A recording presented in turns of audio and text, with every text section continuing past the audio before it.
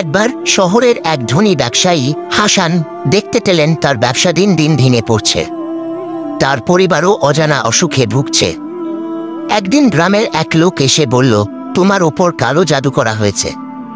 আমি ঠিক করে দিতে পারি, কিন্তু তার জন্য আমাকে টাকা দিতে হবে।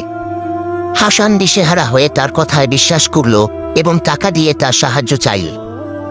লোকটি কিছু মন্ত্র পড়ল আর হাসানকে বলল, তোমার ঘরে একটা পুরনো পাত্রে মাটি আর কয়েকটা পিন পুঁতে রেখেছে, এগুলো জাদুর কাজ। হাসান পাত্রটি বের করে দেখে সত্যি সেগুলো তার ঘরে রাখা ছিল। সে আরো ভয় পেয়ে গেল। তবে সেই রাতে হাসান একজন বিজ্ঞ আলেমের কাছে গেল সমস্যার সমাধান জানতে। আলেম তাকে বললেন, কালো জাদু আসলেই হতে পারে, কিন্তু এর চেয়ে বড় এবং শক্তিশালী হলো আল্লাহর সাহায্য। আলেম তাকে 5 ওয়াক্ত নামাজ পড়তে বললেন, প্রতিদিন সূরা আল ফালাক এবং সূরা আন-নাস 3 বার করে পড়তে নির্দেশ দিলেন।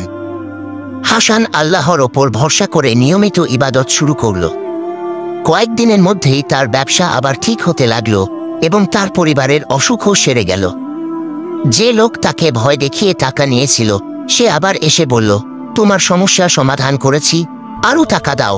হাসান এবার তাকে বলল, আমার সমস্যার সমাধান আল্লাহ দিয়েছেন, তোমার নয়। আল্লাহর ওপর বিশ্বাস রাখলে কোনো কালো জাদু কাজ করতে পারে না। শিক্ষণীয় বার্তা: কালো জাদু বাস্তব, কিন্তু একজন মুসলিমের ঈমান এবং আল্লাহর ওপর ভরসা কালো জাদুর চেয়ে অনেক শক্তিশালী। কালো জাদুর মোকাবিলায় আমাদের উচিত ইবাদতের মাধ্যমে আল্লাহর সাহায্য প্রার্থনা করা। এই গল্পটি ইসলামের শিক্ষাকে মজার ও শিক্ষামূলক উপায়ে উপস্থাপন করতে পারেন।